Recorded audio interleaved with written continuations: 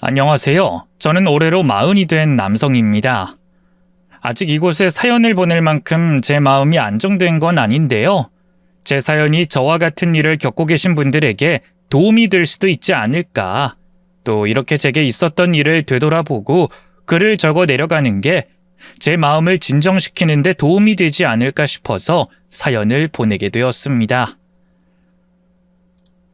제 사연은 아내가 저지른 불륜에 관한 사연인데요.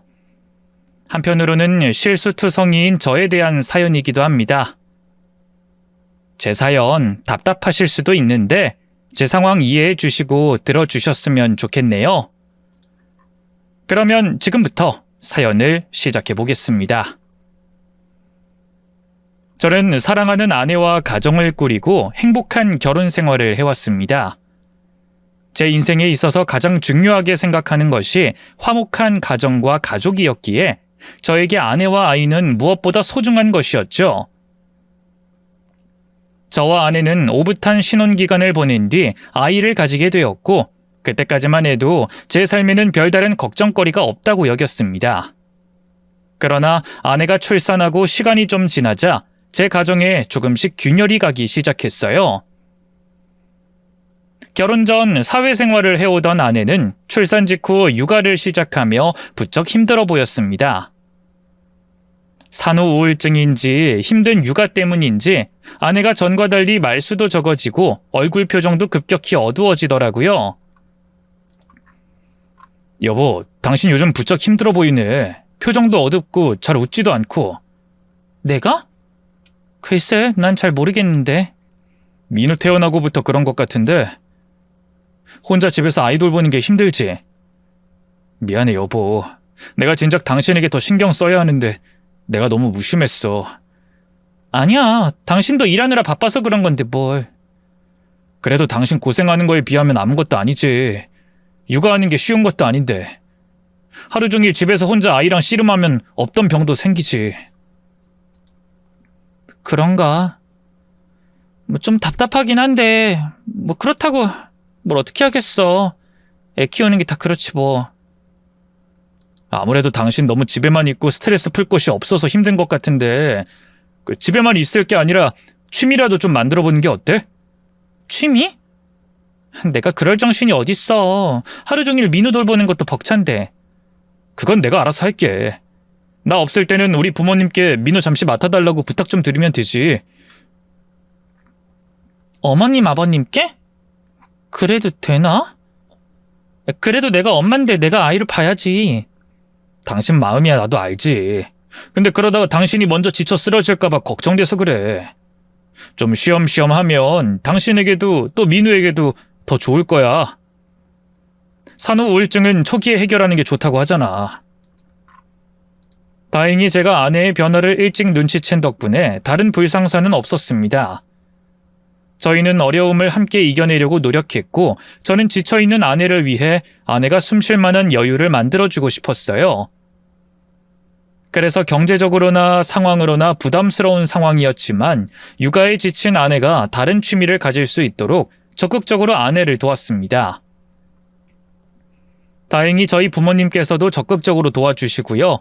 아내와 저도 서로를 배려한 덕분에 아내의 산후 우울증은 많이 좋아지게 됐죠. 그렇게 어두웠던 아내의 표정은 점점 생기를 되찾았고 예전처럼 육체적으로도 건강해졌어요. 그러자 아내는 아이와 교감이 많이 필요하다고 생각한 건지 계획했던 복직을 포기하고 육아에 전념하겠다고 말해왔습니다. 여보, 내가 생각해봤는데 말이야. 나 그냥 복직 포기하고 집에 있을까 봐. 왜? 당신 회사 돌아가고 싶어 했던 거 아니었어?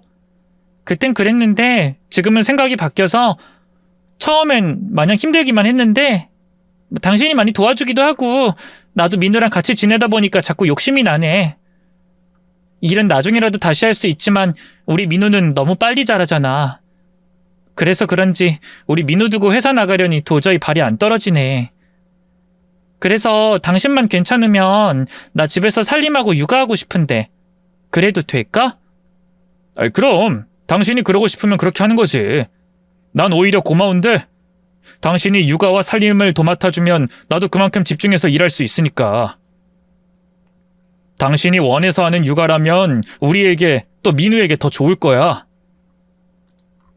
돈보다 가정이 더 중요했던 저는 복직을 포기하고 살림과 육아에 전념하겠다는 아내의 말에 오히려 고마웠습니다. 혼자 집에서 아이를 돌보는 게 절대 쉬운 일이 아니고 그래서 우울증까지 겪었으면서도 아이를 위해 고생을 혼자 떠안겠다는 아내에게 되레 미안해지기까지 했어요. 그런 아내를 위해서 저는 조금 더 힘을 내 밖에서 일을 했습니다. 틈틈이 부업도 하면서 아내와 아들 입에 뭐 하나라도 더 넣어주려고 열심히 살았죠. 그리고 저와 아내가 각자의 자리에서 열심히 산 덕분인지 아무런 문제 없이 지낼 수 있었습니다. 그런데 언젠가부터 다시 아내의 얼굴이 어두워지기 시작하더라고요. 혹시 또 우울증이 생긴 건가 싶어서 걱정하던 그때, 이번엔 아내가 먼저 제게 우울증에 대해 이야기를 꺼내왔죠. 여보, 사실 나 요즘 좀 안 좋은 것 같아. 예전처럼 자꾸 무기력해지고 너무 힘들어. 그래? 역시 그랬구나. 안 그래도 나도 당신이 요즘 힘들어하는 것 같았거든. 미안해, 여보.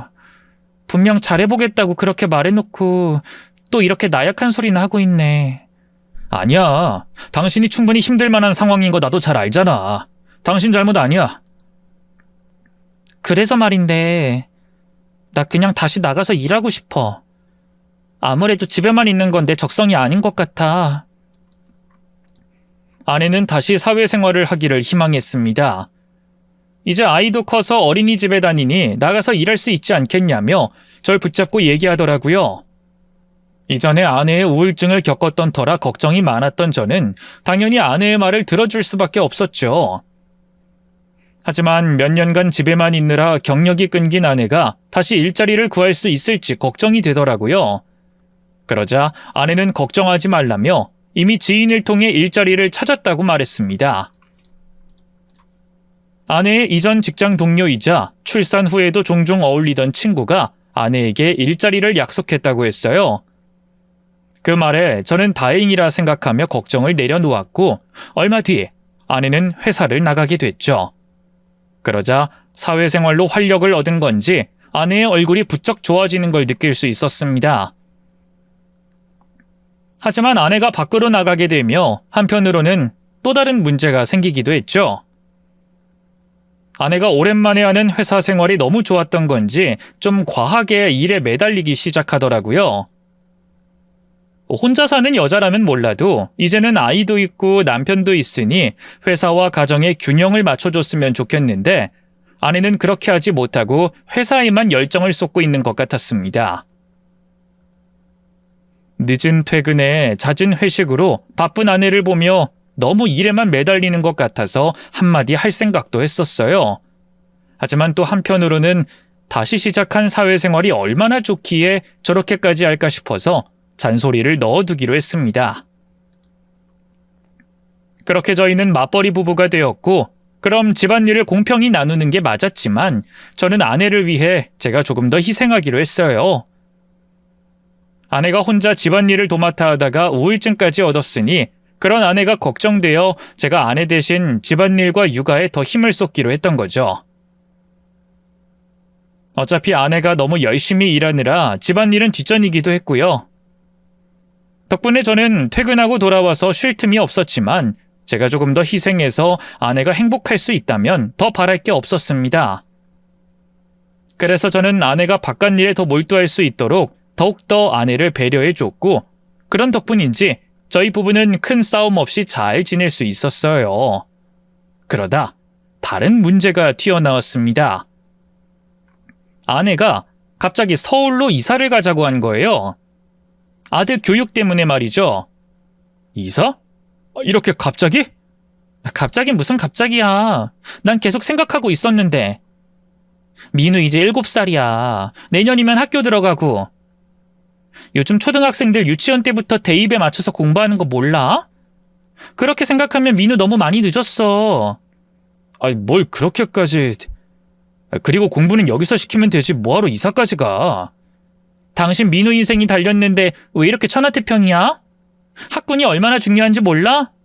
공부하는 분위기가 얼마나 중요한데. 그게 중요하니까 다들 길을 써서 강남에 가려고 하는 거지. 근데 갑자기 이사 가는 게 쉬운 일인가? 당신이나 나나 직장도 있고 또 강남 집값이 얼만데. 나 당신이 이사 간다고 하면 서울로 근무지 변경할 수 있어. 그리고 집이야 우선 전세로 들어가면 되지. 우리가 뭐 평생 강남에 살려고 해? 민우 공부 마칠 때까지만 살면 되는데. 여보, 우리 아들 인생이 우리 선택에 달렸어. 그냥 동네라고 생각하면 안 되고 그 동네가 학교 교실이고 애 공부방이라고 생각해야 해. 응?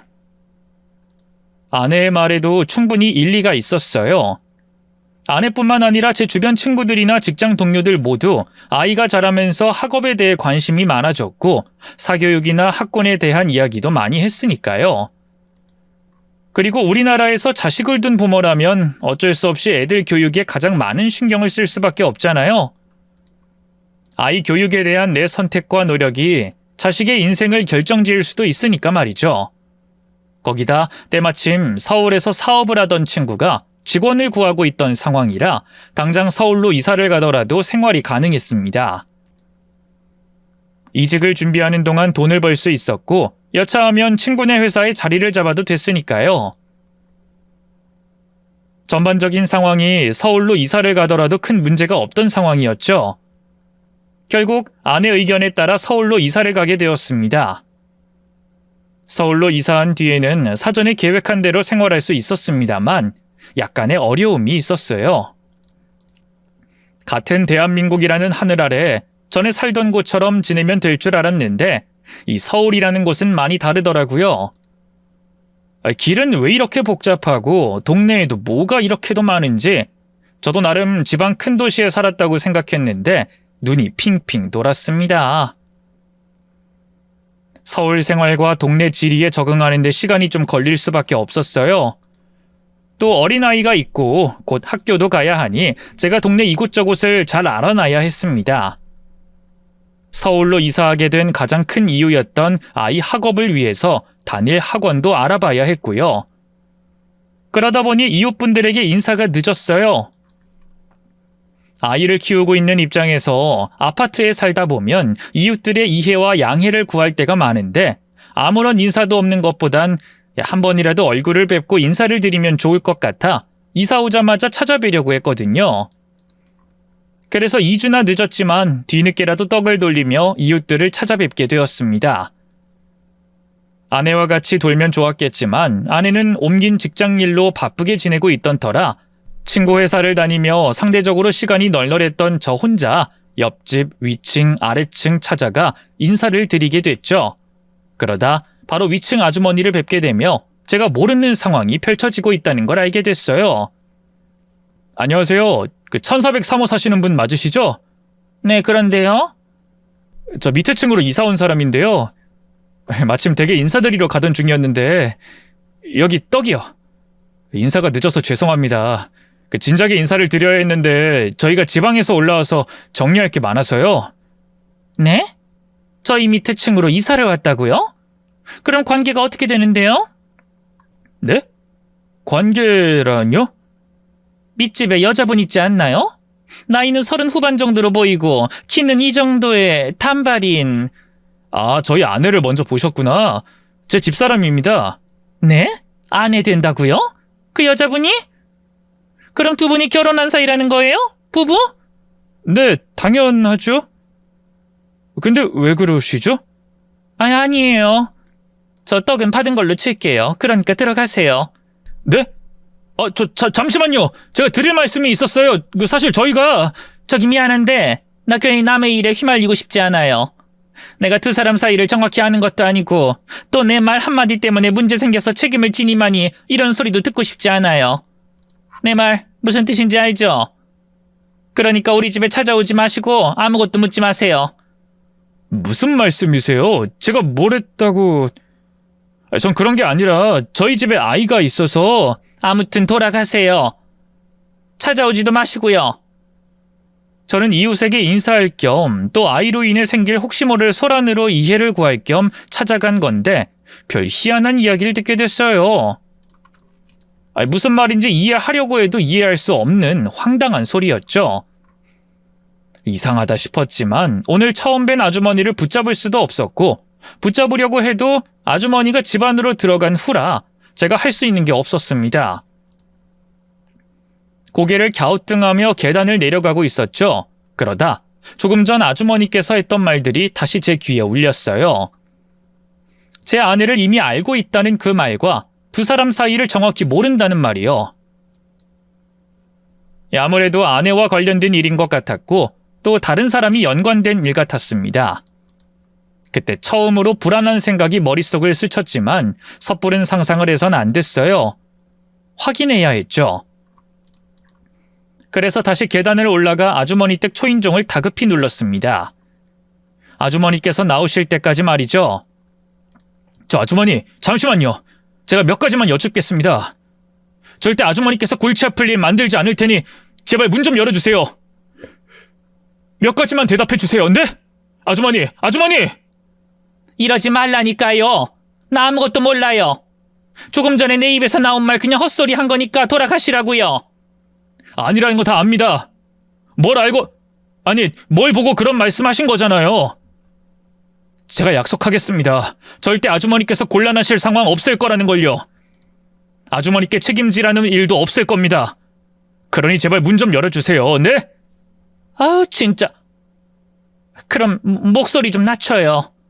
그리고 내가 본 것만 말할 테니까 모른다고 하면 더는 묻지 말아요. 네, 당연하죠. 정말 감사합니다. 아우 내가 진짜. 정말 감사합니다. 아까 제 아내를 보신 것처럼 말씀하셨는데 언제 보신 거예요? 우선 말하기 전에 말할 게 있어요. 내가 본 사람이 그쪽 아내가 확실하다고 말할 순 없어요. 내가 잘못 봤을 수도 있으니까. 알겠죠? 그러니까 내가 기억하기론 한 6개월은 넘은 것 같아요. 우리 아파트에서 본 게. 6개월이요? 누구랑 있었는데요? 그거야 여기 옆집 사는 사람이죠. 옆집이요? 여기 1404호 사는 사람이요? 여기 사는 사람이 누군데요? 그걸 나한테 물어보면 내가 뭐라고 답해요. 요즘 옆집에 누가 사는지 모르는 시대인데. 내가 아는 건 1404호 사는 사람이 남자고 이 집에 이사 온 게 6개월 좀 넘었다는 것밖에 없어요. 또 두 사람 사이가 다정해 보인다 정도? 그래서 난 두 사람이 연인 관계인 줄 알았죠? 근데 살림을 합치면 합칠 것이지 왜 밑에 집으로 이사 온 건가 싶었고. 그 여자가 지금 그쪽 아내라는 건 방금 알게 된 거예요. 그래서 내가 아까 놀라서 되물어봤던 거고. 저기 괜찮아요? 얼굴 안색이 새하얀데? 네, 괜찮습니다. 그럼 여기 사는 남자 나이는 어떻게 되고 뭐 하는 사람인가요? 지금은 집에 없는 거죠? 제가 아까도 떡 돌리려고 초인종을 눌렀는데 인기척이 없던데. 회사는 다니는데 오늘은 주말이라 어딜 갔나? 그리고 아까 말했듯이 요즘은 이웃끼리 인사도 잘 안 해서 나 잘 몰라요.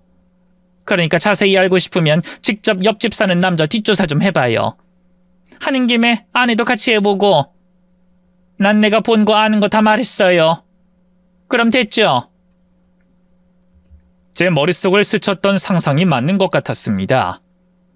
아직은 아닐 수도 있다는 가능성이 남아있긴 했지만 아주머니께 듣게 된 전반적인 상황이 아내의 불륜을 가리키고 있었습니다. 손발이 덜덜 떨려오더군요. 그리고 아무런 생각도 나지 않았어요. 이런 일이 제게 일어날 거라고 생각도 못했지만 보통 이런 일을 겪으면 분노나 슬픔이라는 감정이 밀려올 줄 알았는데 그렇지도 않더라고요. 잠시 멍했고 집으로 돌아와 정신을 차리고 나서는 걱정이 앞섰습니다. 제 눈앞에 보이는 아들이 걱정됐어요. 이 일을 어떻게 해야 하나 싶었죠. 제가 가만히 있으면서 아무 일도 없는 거라고 아내를 믿고 기다려야 하는 건지 아니면 이혼을 무릅쓰고 아내 뒷조사를 해야 하는 건지 고민이 되었습니다. 처음엔 제가 가만히 있는 게 최선의 방법이라고 생각했어요. 아내가 외도했을 확률이 높긴 했지만 아직 확실한 건 아니었고 또 설령 외도가 맞다고 해도 잠깐의 외도. 기다리다 보면 다시 가정으로 돌아오지 않을까 싶었죠. 그에 비해 아내의 뒷조사를 하게 되면 그 충격적인 사실을 보고도 제가 참을 수 있을까 싶었습니다. 아내와 한 집에 있을 때마다 얼굴을 볼 때마다 제가 보게 된 그 장면이 떠오를 것 같았어요. 어떤 식으로든 감정이 표현될 것 같고 그러다 보면 결국 이혼하게 되지 않을까 싶었죠. 아내와의 이혼은 아무런 상관없었지만 문제는 아들이었어요. 아들에게 부모의 이혼이라는 아픔을 겪게 하고 싶지 않았습니다. 그래서 모르는 게 약이라는 말처럼 눈 감고 귀 닫고 가정을 지키려고 했죠. 그런데 조금만 생각해보니 그것도 제 가정일 뿐이더라고요. 이러다 갑자기 아내가 이혼하겠다고 먼저 말한다면 저만 바보가 되는 상황이었습니다. 더욱이 아내가 계획적으로 이혼을 준비해 제가 아내의 외도를 밝힐 수도 없다면 그땐 민우마저 빼앗길 수 있었어요. 앞으로 어떤 일이 벌어질지 모르는 상황에서 아무런 일도 없길 바라는 건 바보 같은 일이었죠. 저는 생각을 바꾸기로 했습니다. 우선 아내의 외도를 확인이라도 해야 했어요. 또 혹시 모를 상황을 대비하기 위해 외도의 증거도 확보하기로 했죠. 저는 불륜 관계일 수도 있는 아내와 남자를 직접 따라다니기로 했습니다. 두 사람의 관계 확인과 혹시 모를 이혼에 있어서 제게 유리하고 필요한 증거를 모으는 게 목적이었기 때문에 두 사람을 뒤쫓기 전 합법적인 증거를 모으는 데 공부해야 했어요. 또 두 사람을 쫓아다니는 데 필요한 장비나 앱에 대해서 알아보고 있었죠. 그런데 그런 제 준비가 모두 물거품이 되었습니다. 뒷조사를 시작한 바로 첫날, 남자에게 걸리고 말았거든요. 저기요, 잠깐만 문 좀 내려보세요. 왜 그러시죠? 몰라서 그럽니까? 지금 계속 저 쫓아다니는 거 아니에요? 나도 처음엔 아닌가 싶었는데 아무리 생각해도 따라오는 것 같아서 차를 이쪽으로 돌렸더니 또 따라오네요. 여기 무슨 볼 일이 있어서 오셨는데요? 여기 막다른 길인 건 아세요? 저 쫓아오는 거 맞죠? 도대체 뭡니까? 저를 왜 쫓아오는데요? 네? 그게 죄송합니다.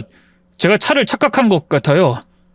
차량도 그렇고 번호판도 제 친구 녀석이랑 같아서 무작정 따라왔던 겁니다. 제가 실수를 했네요. 정말 죄송합니다. 네? 차를 착각했다고요? 지금 그게 말이 된다고 생각하세요? 난 그 말 못 믿겠으니까 나와봐요. 경찰 불러서 수상한 사람 아닌지 확인할 테니까 나와서 기다리라고요. 친구 차로 착각한 거면 떳떳할 거 아닙니까? 정말 죄송합니다. 근데 제가 지금 바빠서요. 그 친구 차인 줄 알고 한참 따라오느라 늦은 것 같거든요. 정말 죄송합니다. 아무래도 이런 일은 상상해서도 해본 적이 없다 보니 어설퍼도 너무 어설플 수밖에 없었습니다. 미행을 시작하고 1시간도 되지 않아 딱 걸리고 말았죠. 그나마 다행인 건 남자가 제 얼굴을 확인하지 못했다는 거였어요. 혹시 몰라 제 차가 아닌 친구 차를 빌려서 남자를 뒤쫓고 있었고 또 걸렸을 때도 절대 정체를 들켜서는 안 되겠다는 생각에 차 창문을 아주 살짝만 열었거든요. 일부러 목소리도 변조해서 말했고요. 물론 그렇다고 하나 도둑이 제발 저린다는 말처럼 오늘 있었던 이상한 일로 인해 남자와 아내는 저를 의심할 수 있었습니다. 잘못하다간 두 사람의 관계를 확인하지 못할 수도 있었어요. 저는 조급한 마음을 누르고 아내와 남자를 뒤쫓는 걸 잠시 멈춰야 했죠. 그리고 제 선택은 옳았습니다. 그 일이 있고 며칠 뒤부터 아내는 일보다 가정에 더 많은 시간을 쏟았고 또 제가 두 사람의 관계를 알아차린 건 아닌지 확인하려고 했거든요. 당신 또 이 시간에 웬일이야? 누가 보면 빚쟁이가 온 줄 알겠다. 내 남편 일하는 곳인데 오면 안 돼? 거기다 회사 사장이 성훈 씨인데 좀 찾아올 수도 있지. 안 그래요, 성훈 씨? 그럼요. 근데 이번에도 저희 점심 식사 챙겨주시려고 온 거예요? 이 사람이 요즘 통 입맛이 없어 보여서요. 저희 회사에서 여기까지 먼 것도 아니니까 제가 조금 더 신경 쓰려고요. 이야, 인연이 넌 좋겠다. 어느 아내가 자기 점심시간에 남편 회사까지 와서 점심 챙겨주냐? 그렇지. 근데 올 거면 연락이라도 하고 오지. 저번에도 그렇고 이번에도 우리 점심 먹으러 나갔으면 어쩌려고. 점심시간 되려면 30분이나 더 남았는데 그럴 일이 있나. 그리고 이렇게 갑자기 와야지 더 기쁘지 않아? 나 앞으로 종종 이렇게 당신 찾아올 거야. 어때? 좋지? 사원 씨, 앞으로 제가 종종 연락도 없이 찾아와도 되죠? 어이, 그럼요. 저희야 좋죠. 그럼 자주 찾아올게요. 그리고 항상 뭐라도 양손 가득히 싸서 올 테니까 우리 남편 어디 외근 보내고 그러지 마요. 갑자기 변한 아내 태도로 인해 외도에 대한 더 강한 심증이 갔지만 움직일 수가 없었습니다. 아내와 남자 쪽에서 어떻게 나올지 몰랐으니까요. 또 그렇다고 두 손 놓고 있을 수만 없었어요.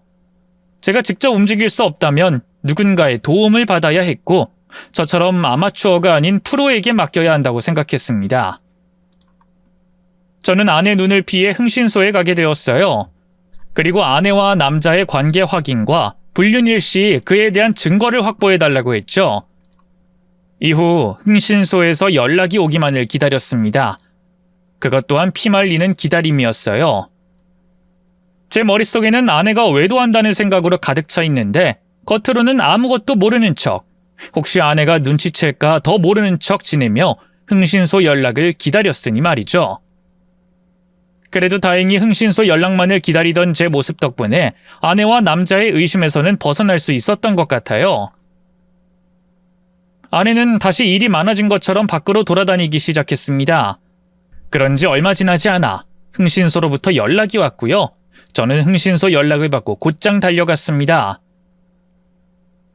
아이 사장님, 여기 얼른 타세요.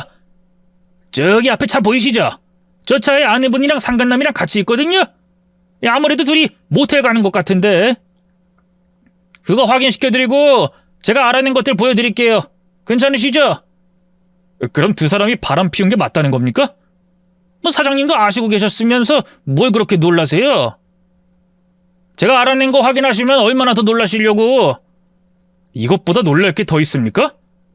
아이 사장님, 결과만 보시면 안 되죠. 중요한 건 결과보다 과정 아니겠습니까? 두 사람 어떻게 만났는지 궁금하지 않으세요? 언제부터 시작됐고 어떻게 속인 건지 안 궁금하시냐고요.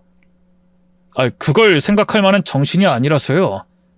제가 여기서 알려드릴 수도 있는데 그것보다 바로 현장 덮칠 수 있게 두 사람 따라간 다음에 확인하시기로 하죠. 생각해보니 그랬습니다. 아내와 남자의 관계를 확인하는 데 급급했지 두 사람이 어떻게 하다가 만났고 언제부터 만난지는 생각조차 못했어요. 그제야 생각하게 되었고 잠시 또 멍해지게 되었죠. 배우자의 외도라는 게 이 사람을 바보로 만들더군요. 아내가 바람 피운다는 걸 알고 난 뒤로 저는 뭐 하나 똑바로 하는 게 없었어요. 두 사람이 어떻게 만나게 됐는지 생각조차 하지 못하면서 말입니다. 저 자신이 한심하게 느껴지더군요. 어쩌면 지금까지 아무런 문제 없이 인생을 잘 살아가고 있다고, 가족들 모두 행복하게 만들어주고 있다고 착각하면서 살아온 건 아닌가 싶었습니다. 제 착각 때문에 아내가 바람 피우는 건 아닌가 싶었죠. 허탈해지면서 자존감이 수그러들었어요. 그런데 그때 흥신소 직원이 제게 한마디 하더군요. 아이 사장님, 그거 사장님 탓 아닙니다. 네? 이런 일 생기면 의뢰한 분들 반응이 둘로 나뉘어요. 바람핀 배우자 탓하는 사람, 자기 탓하는 사람. 근데 정작 자기 탓하는 사람들은 잘못한 게 하나도 없더라고요. 거기다 제가 아내분 뒷조사하다 보니까 어쩔 수 없이 사장님 관에서도 들여다보게 됐는데요. 이 사장님께서 죄책감 조금 더 가질 필요가 없어요. 아직은 사장님 아내분 되니까 제가 함부로 말 못하겠습니다만 아내분 진짜 나쁜 사람이에요. 바늘과 실도 아니고 이사까지 하면서 바람을 피운답니까? 장거리 불륜하면서 살림 차리고 사는 건 나도 많이 봤는데 이렇게 직장도 같이 옮기면서. 잠시만요. 직장이요? 그럼 바람 피우는 남자랑 같은 회사에서 근무한다는 겁니까? 남자가 회사를 옮겨서 여기를 따라온 거고요? 네. 두 사람 전에 살던 곳에서부터 불륜이었어요. 같은 회사에서 근무하고 있는 사내 불륜. 그리고 이건 전에 살던 아파트 경비 아저씨 이웃 주민들 기억이라 확실치는 않은데 그 상간남이 사장님 댁에도 자주 드나들었던 것 같던데요. 꽤 오랫동안. 네? 그럼 1, 2년 만난 게 아니라는 겁니까? 아유, 1, 2년은요. 적어도 4년은 넘은 것 같은데 4년이 넘어요? 아내분 회사도 그 상간남이 넣어줘서 들어간 겁니다. 회사를요? 잠시만요. 그럼 저 남자 이름이 뭡니까? 아니, 제가 말해볼게요. 혹시 주현 맞습니까? 저번엔 모른다고 하시더니 그 사이에 확인하셨나봐요. 네, 맞습니다. 주현, 박주현. 그 상간남 이름입니다. 근데 이름을 아시면서 왜 지금 제게 물어보셨어요? 저는 한 번 더 놀랄 수밖에 없었습니다. 주현이라는 그 이름 저도 알고 있었거든요. 그리고 아내에게 수도 없이 들었던 이름이었어요. 아내가 산후 우울증에 걸렸을 때, 그리고 다시 사회생활 하려고 할 때, 또 이사하고 근무지를 변경한다고 했을 때도 들었던 이름이었죠. 여보, 당신 취업 말이야. 친구 회사 들어가지 말고 그냥 가게 같은 거 하나 하는 게 어때? 당신이 제빵하는 것도 좋아하고 손재주도 있으니까 조금만 배우고 연구 개발하면 혼자서 가게 할 수 있을 것 같은데. 그리고 가게 하면 민우 보는 것도 더 편하지 않나? 왜? 나 회사 나가면 당신이 혼자서 민우 보게 될까 봐 그러는 거야? 아니, 당신 생각해서 그렇지. 솔직히 몇 년 동안 일 쉬다가 일하러 나가는 게 쉬운 일이겠어? 회사에 적응 못해서 별일 아닌 일에 상처받을 수도 있고 또 진짜 무시당할 수도 있으니까. 거기다 당신 민우 낳고 힘든 상황이 있었으니까 난 또 혹시 비슷한 일이 생기면 어쩌나 걱정돼서. 그런 거라면 걱정하지 마. 주연이가 나를 얼마나 신경 써주는데. 그 사람도 일해야 하는데 당신만 신경 쓰고 있을 순 없잖아. 주연이 걔는 그럴 애야. 자기 일하면서도 나 신경 써줄걸? 그러니까 나 우울증 걸렸을 때도 찾아와서 나랑 시간 보내줬지. 그리고 나도 겨우 그 정도 각오 없이 나가겠다는 거 아니야. 설령 내 생각보다 적응 못하거나 힘들어진다고 해도 주연이가 가만히 보고 있을 애도 아니고. 그러니까 걱정하지 마. 아내가 우울증을 겪고 난 이후 주현이라는 그 사람은 저에게도 익숙해질 정도로 아내 입에서 자주 언급됐습니다. 제가 기억할 만큼 자주 불린 이름이었고 또 아내에게 수시로 도움을 주던 사람이었어요. 그러다 보니 인사도 하고 고마움을 표시하는 자리를 만들려고도 했어요. 하지만 주현이라는 그 사람을 만날 수 없었죠. 주현이랑 밥을 먹자고? 당신 많이 도와주잖아. 그럼 식사 대접이라도 하고 고맙다는 인사해야지. 그리고 당신이랑 그렇게 자주 만나는데 나도 얼굴 정도는 알아야 하지 않겠어? 됐어. 걔가 그런 거 바라고 나 도와주는 것도 아니고. 고마운 건 내가 다 성의 표시했어. 그리고 결정적으로 주연이 걔 낯가림이 심해. 안 그랬으면 내가 진작에 당신 소개해줬지. 아니, 내가 당신 소개해주려고 우리 집에 온 주연이 붙잡은 적도 있는데 얘가 진짜 울먹이더라고. 그래서 결국 인사 못했던 거야. 낯가림이 많다는 사람을 억지로 자리하게 만들 순 없었어요. 더군다나 제 지인도 아닌 아내 친구였고 여러 번 도움을 받았던 터라 더 조심스러울 수밖에 없었죠. 그래서 저에게 그 주연이라는 사람은 제 아내를 도와준 고마운 아내 친구로, 또 제가 직접 고마움을 전하지 못해 미안한 아내 친구로 기억되고 있었습니다. 그런데 그게 아니었던 거죠. 제가 아내와 상간남에게 놀아나고 있었던 거예요. 아주 오랫동안, 한참 동안 말입니다. 그 사실을 알았는데 더 이상 기다릴 수 없었어요. 저는 흥신소 직원에게 당장 아내와 상간남에 대해서 알려달라고 했습니다. 알아낸 거 당장 말하세요. 저 두 사람 모텔로 들어가면 바로 뒤따라 갈 거니까 알아낸 것도 전부 다 말하라고요. 아이 사장님, 갑자기 왜 소리를 지르고 그러세요? 아니, 네, 알겠습니다. 말할게요. 하면 되잖아요. 상간남 이름 박주현, 나이는 41세, 사는 곳은... 그렇게 듣게 된 아내와 상간남에 관한 이야기는 사실 큰 의미가 없었어요. 하나 의미 있었던 거는 상간남도 유부남이고 부잣집 딸과 결혼해 처가덕을 아주 많이 본다는 거였죠. 상간남이 다니는 회사는 상간남 장인이 사장으로 있는 곳이었고 그 이후로 경력이 한참 끊겼던 아내가 회사에 취직할 수 있었던 거예요. 또 상간남의 아내가 자식들 공부로 인해 외국에 넘어가 있어서 유부남인데도 불구하고 제 아내를 자유롭게 만날 수 있었고 당시에 이사 갔던 서울집에서 자유롭게 불륜을 저지를 수 있었던 겁니다. 그거 외에는 더 놀랍거나 충격적인 건 없었어요. 그래도 여러분을 위해 짧게 설명해 보자면 두 사람은 오래전 같은 회사에서 근무하던 사이였고 연인 관계였다고 합니다. 짧은 연애를 했던 두 사람은 결국 헤어졌고 아내는 저와 연애하다 결혼하게 된 거예요. 상간남 역시 다른 사람과 연애 후 결혼하게 되었고요. 그러다 아내가 출산 후 산후 우울증이었을 때 어쩌다 연락이 된 것 같았습니다. 누가 먼저 연락한 건지 우연히 연락하게 된 건진 모르겠지만 그 후로 상당히 가까워진 모양이에요. 또 제가 산후 우울증에 걸린 아내를 돕는다고 여러 취미를 할 수 있게 배려해줬는데 그게 두 사람의 관계를 불륜으로 발전시키는데 기폭제가 된 것 같고요. 이후 두 사람은 제 눈을 피해 계속해서 만남을 가져왔고 남자가 장인이 있는 본사로 들어가게 되면서 서울로 올라가자 아내도 아이 교육을 핑계 삼아 뒤따라 온 거였습니다. 저는 다른 사실들보다 아내가 그 긴 시간 저를 기만했다는 데 화가 났어요. 또 아내를 위해 했던 제 배려를 다른 남자와 만나는 데 이용했다고 하니 배신감이 밀려왔죠. 참을 수 없었던 저는 모텔에 들어가는 두 사람에게 뛰어가려고 했습니다. 그때 흥신소 직원이 절 말렸어요. 아이 지금 가면 죽도 밥도 안 돼요. 물론 제가 대신 모아준 증거를 쓰면 이혼하는 데 있어서 증거가 아예 없는 것보단 낫지만 그것도 저 두 사람이 입 맞추면 어떻게 될지 모릅니다. 거기다 저 상간남 처가덕택에 돈이 많아요. 비싼 변호사 써서 어떻게 할 줄 알고. 그럼 저것들 놔두라고요? 저 여자가 저를 몇 년 동안 속였는데 내가 자기한테 얼마나 마음을 썼는데. 아니 놔두는 게 아니라 잠깐만 기다리자고요. 불륜인 남녀가 모텔에 들어가면 뭘 하겠습니까? 우린 그때 들어가야 하는 거예요. 발가벗고 모텔방 안에 있는 두 사람을 덮쳐서 증거를 잡는 거라고요.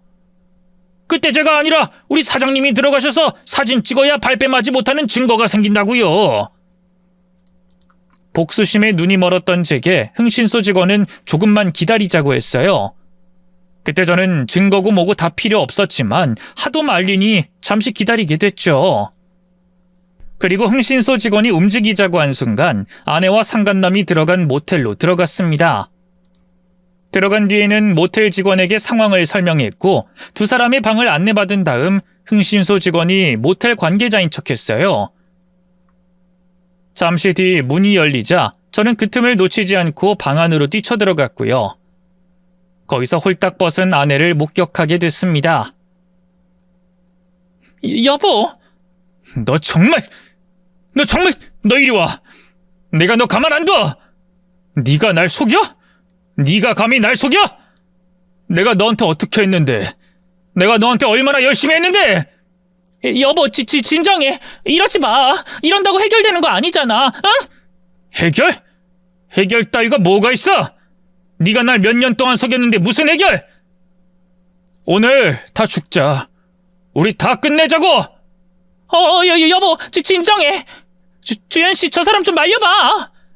야, 너 가까이 오면 너부터 끝날 줄 알아. 야, 이지연, 너 이리 와. 이리 오라고!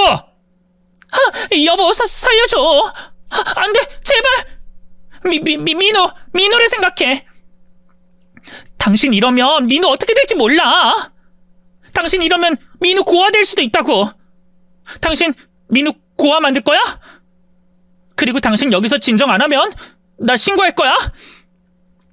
당신이 나 털끝 하나 건드리면 민우 다시는 못 보게 될 거라고. 아내 입에서 아들 이름이 나오는데 그 순간 몸이 얼어붙은 것처럼 멈추더군요. 북받치는 감정을 주체 못하다간 제 모든 것인 아들을 잃을 수도 있었습니다. 제가 주워듣기로는 부부간의 이혼 문제와 양육권은 따로 판단하는 경우가 많다고 했거든요. 특히 불륜의 경우 아이에게 육체적으로나 정서적으로 큰 피해가 되지 않는 이상 더더욱 양육권 판단과는 상관없다고 했어요. 그런 상황에서 폭력적인 행동은 제가 아이를 맡아 키우기에 부적절하다는 구실이 될 수 있었습니다. 심장과 주먹이 터질 듯했지만 참아야 했어요. 증거만. 불륜의 증거만 찍고 아내와 상간남이 있는 모텔방을 나와야 했죠. 억울했지만 어쩔 수 없었어요. 그리고 그 억울함은 아내와 이혼하면서도 계속됐죠. 도대체 간통죄는 누가 왜 없앴는진 모르겠지만 아내의 불륜으로 제가 할 수 있는 건 겨우 이혼 소송과 함께 손해배상 청구밖에 없었습니다. 물론 상간남에게는 상간남 소송과 함께 다른 식으로 복수할 수 있었어요. 미국에 있던 상간남 아내 연락처를 구해 연락했고 한 걸음에 한국으로 온 아내분에게 제가 가지고 있던 사진을 보여줬거든요. 그걸 본 상간남 아내가 제 앞에서 상간남을 쥐잡듯이 잡았습니다. 야, 얼른 안 뛰어와? 야, 이 미친 새끼야! 너 이게 뭐야? 너 우리 아빠 돈, 내 돈 받아가 쓰면서 이런 짓 했니? 이 새끼가 겨우 핀 팔자를 네가 다시 꼬는구나? 이게 어딜 서 있어? 무릎 안 꿇어? 내가 때려야 무릎 꿇지? 여보, 미안해. 내가 잘못했어. 근데 나 이 여자랑 깊은 관계 아니야. 이 여자가 먼저 나 꼬셔서 그런 거지 관심도 없었다고. 정말이야. 그리고 이미 헤어졌어. 끝이라고, 끝. 이게 어디서 입만 열면 거짓말이야. 여기 이분이 증거를 다 가지고 왔는데 뭐? 사랑 안 해? 인연이 먼저 꼬셔? 너 아무래도 안 되겠다. 오늘 땅에 파묻혀 봐야겠네. 내가 지금 당장 아빠한테 전화할 거니까 어떻게 되나 보자. 상간남 아내가 상간남을 욕하고 때리고 자기 분을 마음껏 푸는 모습을 보면서 부러웠습니다. 부부 사이에도 자식이 있어도 한쪽이 월등하게 잘나거나 능력이 좋으면 마음껏 행동할 수 있는 게 부럽더라고요. 왜냐면 저는 이혼하면서도 아내에게 마음껏 분풀이할 수 없었으니까요. 아내는 제가 자기 눈앞에 나타나기라도 하면 휴대폰 먼저 들었어요. 그리곤 제 목소리가 조금만 높아져도 비속어와 비슷한 단어가 나와도 양육권 분쟁에 사용하겠다고 협박했죠. 바람은 아내가 피웠는데 목소리를 높일 수 있었던 건 아내였습니다. 근데 그런 아내가 찍소리도 못하게 됐어요. 제가 해야 할 복수를 제 아들이 대신해줬거든요. 사실 이건 제 입으로 꺼내기에 가슴 아픈 이야기입니다. 아들이 몰라야 하는 상황을 알고 있었다는 걸 확인하게 됐거든요. 아들은 엄마의 외도를 알고 있었어요. 그리고 엄청난 공포와 두려움을 이기고 아빠인 저를 위해 나서줬습니다. 나 엄마랑 안 살아. 아니, 평생 엄마 얼굴 안 볼 거야. 민우야, 그게 무슨 말이야? 엄마를 왜 안 봐? 혹시 아빠가 그러라고 시켰어? 당신 내가 못 보는 사이 민우 세뇌시킨 거야? 당신 지금 무슨 말 하는 거야? 그것도 민우 앞에서. 잠깐 방에 들어가서 얘기해. 민우야, 엄마랑 아빠 얘기 좀 하고 올게. 아니, 아빠도 엄마랑 말할 거 없어. 이제 저 여자 우리 가족 아니잖아. 엄마 아니잖아. 뭐? 민우야, 왜 그런 말을 해? 나 다 알아.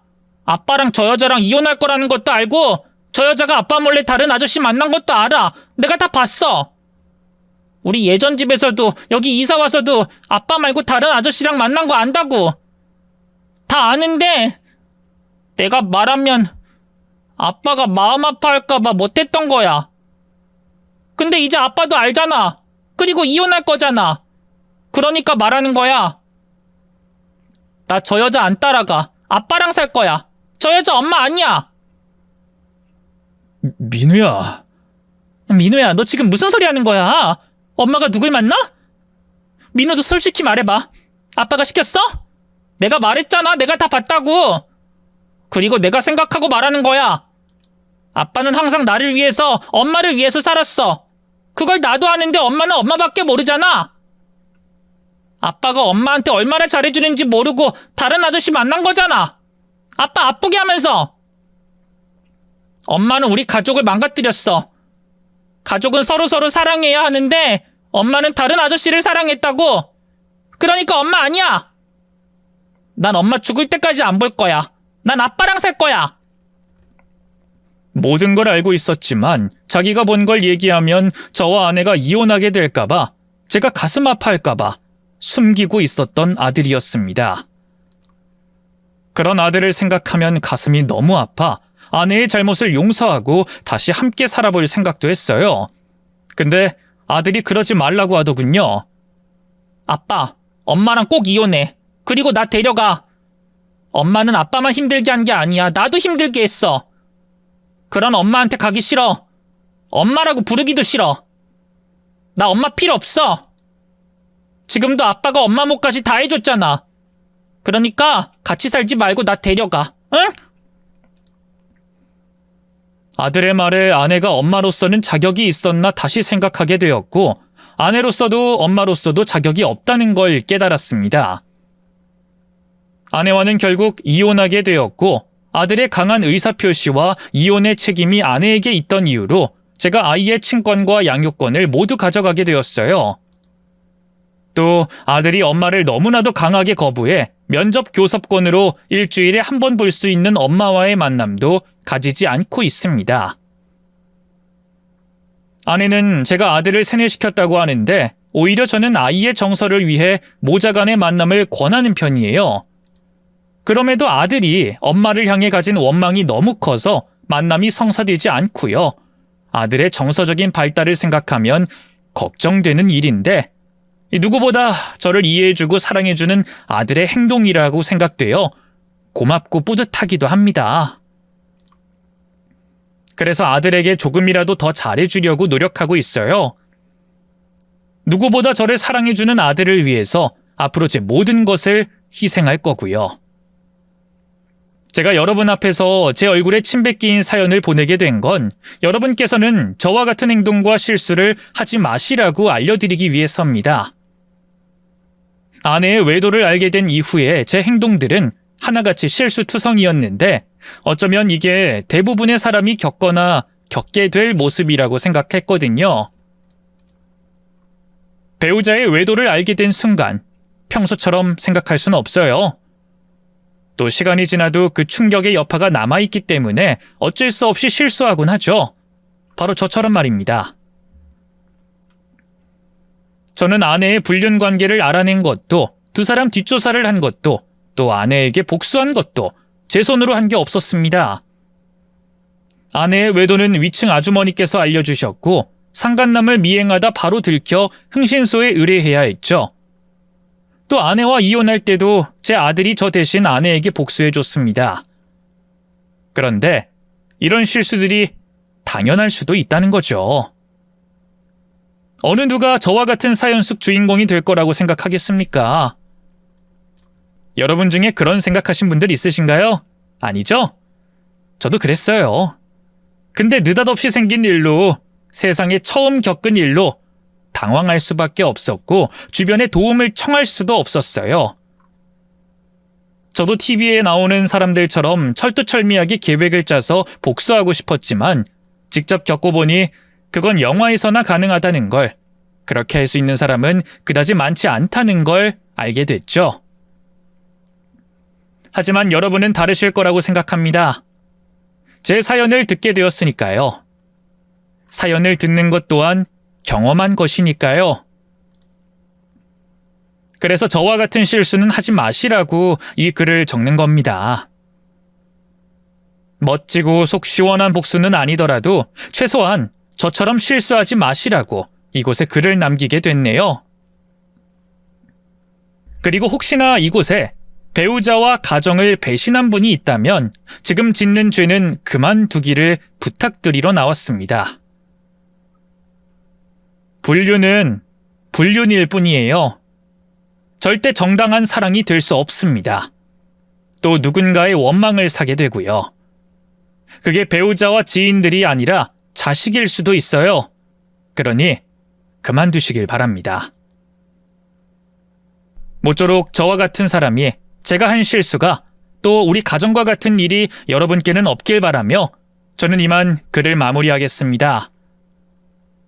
다들 새해 복 많이 받으시고요. 건강하시길 바랍니다. 안녕히 계세요.